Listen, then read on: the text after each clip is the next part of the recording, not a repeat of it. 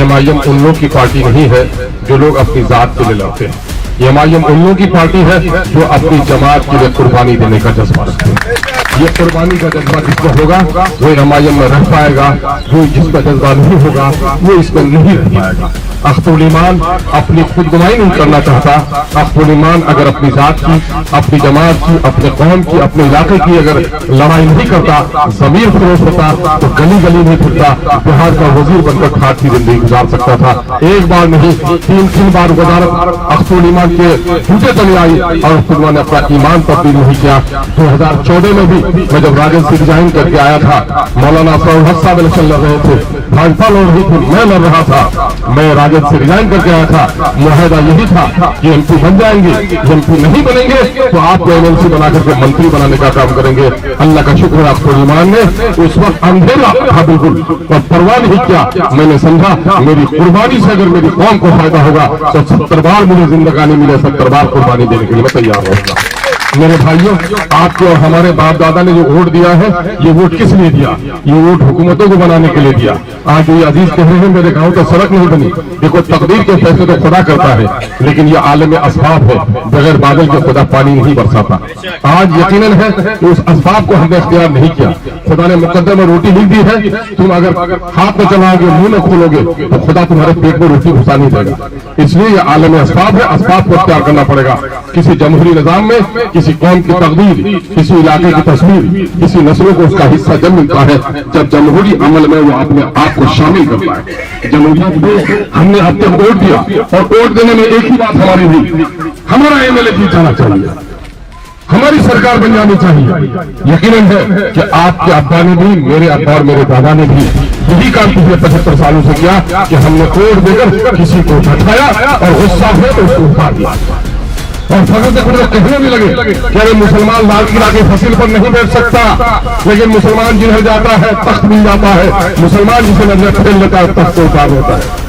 लेकिन मोदी ने आपके उस जुमले को भी गलत कर दिया कि मुसलमान किनारे पे रह गया और अपने माथे पर तख्त लेकर, अपने माथे पर ताज लेकर बैठ गया। सोचो तो ऐसा क्यों हुआ? देखो खुदा की कसम खा के मैं कह सकता हूँ कि जो वोट तकदीर में है तुम्हारे, जो तुम्हारे वोट इख्तियार में है, उस वोट से अगर किसी को सर पर ताज रख सकते हो, किसी के सर से ताज उतार सकते हो, उस वोट का अगर सही इस्तेमाल करो तो खुदा की कसम अपने नस्लों की तकदीर बदल सकते हो। अब तक हमने ताज पहनाया और ताज उतारा, अपने नस्लों की तकदीर बदलने की कभी हमने कोशिश नहीं की। फिर अभी भी इसीलिए आया है कि वो शख्स इज्जत, शोहरत और दौलत का तलबगार होता तो तुम्हारी बस्तियों में नहीं आता। उसे अपने बेटे को भी खड़ा नहीं करना है, बिहार में वजीर आजम नहीं बनना है, देश का वजीर आजम बनना है। वो तुम्हारी बस्तियों में आया, नौजवानों तो उसने देखा कि पूरे बिहार में सबसे गरीब इलाका, एक तो बिहार की हालत खराब और उसमें ये इलाका जिस पट्टी में कलमागो की आबादी है, दलितों की आबादी है, उसकी हालत इतनी खराब है। उस शख्स के आंखों में आंसू आए जब अख्तुल ईमान ने एक छोटी सी किताब हमने लिखी थी, बिहार के पिछड़ेपन की कहानी, सरकारी आंकड़ों की जबानी। हमने उसमें दिखाया था कि बिहार में सरकारी रिपोर्ट के मुताबिक सबसे गरीब लोग कहाँ हैं? सीमांचल में है। तुम्हें मालूम है कोटा के नौजवानों, 2001 के सेंसस की रिपोर्ट पढ़ लो, पूरे एशिया में सबसे कम पढ़े लोगों की जो आबादी नहीं है वो कोटा में तुम्हारी रही है। और आज भी पलायन सबसे ज्यादा कहा, सबसे ज्यादा पलायन आज बिहार के सीमांचल से। मैं अभी गया था बम्बई और मुझे ऐसा लगा कि मैं बम्बई में नहीं हूँ बल्कि मैं पोठिया में हूँ। क्राफ्ट मार्केट गया तो लगता है कि पूरा पोठिया में एक जमा था। मेरे भाइयों, मैंने देखा है गुर्बत को, मैंने बहुत करीब से देखा है अजीजों, मेरे सियासी तजुर्बात रहे हैं। एक अलग टिकट के लिए पूरी उम्र को गंवा देता है और अख्तुल ईमान को टिकट फेंकने वालों को तुमने देखा है। मैं कभी किसी पार्टी के खुशामद करके टिकट नहीं लिया, ये अल्लाह का शुक्र है और आप लोगों की दुआएं हैं। राजद ने उस वक्त मुझे इसलिए टिकट दिया था कि कोटा धमन में अगर मैं नहीं होता तो राजद का दूसरा उम्मीदवार जीत नहीं सकता था, लेकिन मेरा एहसान था मेरे सियासी उस्ताद जनाब तस्लीमुद्दीन साहब का, मैं उसके एहसान को फरामोश नहीं कर सकता।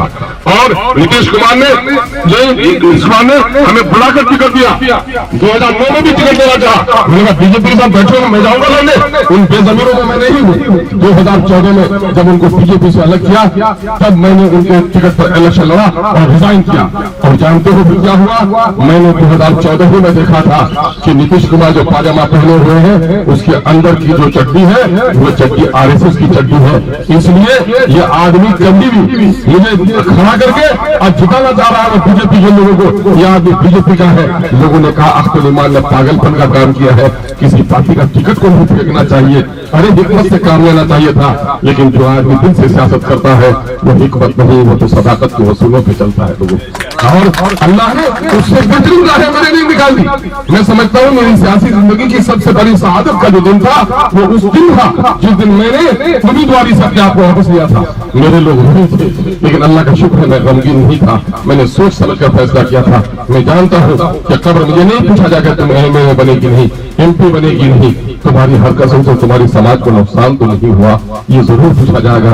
मैं समझ रहा था कि एक मरतबा यहाँ पर सैयद साहिबान हुसैन के जीत जाने की वजह से जो आरएसएस के खारदार कांटे यहाँ पर पैदा हो गए हैं वो हमारी नस्लों को आज चुभ रहे हैं। अगर दोबारा यहाँ पर से आरएसएस बीजेपी का आदमी जीत गया तो हमारी नस्लों का बड़ा नुकसान होगा। हमने कुर्बानी दी। और आज अगर किसी को शक है तो अपने शक में मुब्तला रहे।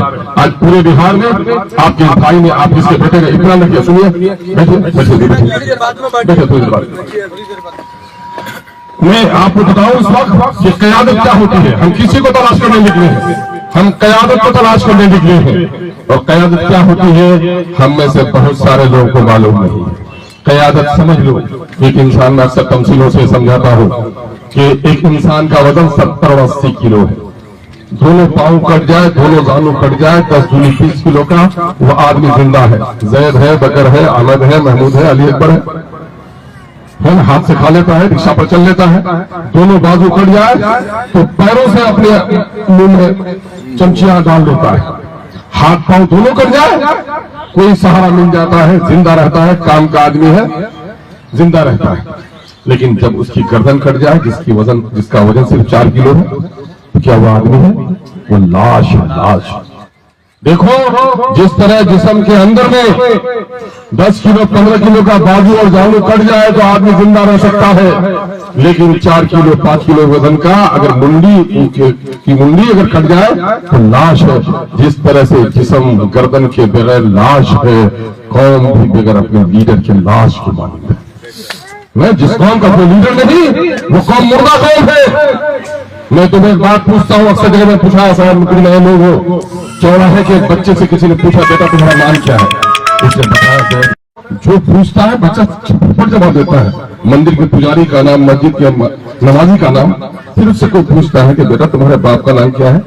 वो बच्चा कुछ नहीं बोलता। क्या कहोगे तुम? कि सबका नाम जानता है, अपने बाप का नाम नहीं जानता? अरे बेटा बोलो तो, सबका नाम तुम जानते, अपने बाप का नाम नहीं जानते। बेटा क्या है बाप का नाम? कुछ नहीं बोलता वो। तो मर गया बेटा क्या बाप? कुछ नहीं सही आता। तुम्हारे दिन में 2-3 ख्याल आएंगे।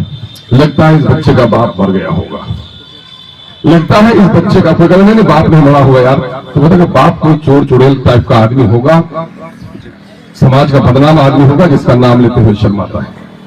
फिर तीसरा आदमी कहेगा कि मुमकिन है कि शायद इसका बाप ही नहीं हो, माने इसका बाप का नाम नहीं बताया। इम्तियाज कह रहा है। अच्छा तो ये ख्याल आएगा कि नहीं आएगा? अगर एक बच्चा सबका नाम बताता है, अपने बाप का नाम नहीं बताता है, तो कई ख्यालात आपके दिल में आएंगे। ये बताओ बैरिस्टर सऊदीन अवैसी को रहने दो हैदराबाद में, अख्तुल ईमान का भी अभी नाम मत लो। ये बताओ बिहार में जादव का लीडर कौन?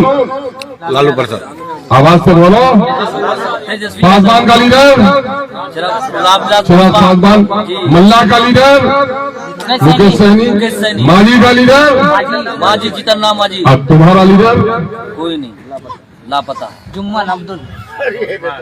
सुनो, चौराहे के उस बच्चे का जो हाल था वो हमारा हाल है कि नहीं मेरे दोस्तों? कुर्बान जाओ, मैं इस बात कहता हूँ। कल तक हम राजद में भी थे, कांग्रेस में भी थे कुछ लोग हमारे। कल क्यों थे?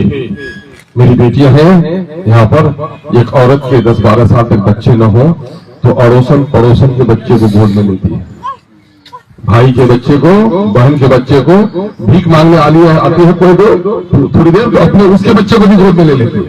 नहीं तो बिल्ली के बच्चे को, कुत्ते को बच्चे को लेकर सहलाती है। लेकिन अगर 12 बरस के बाद एक चांद सी औलाद उसके गोद में अल्लाह दे दे तो बोलो उसकी पेशानी चूमेगा या दूसरे के बच्चों को गोद में लेगा? उसकी पेशानी छुएगी ना, तो यही समझो इन 70-75 सालों के बाद कुदरत को रहम आया और आपके दरमियान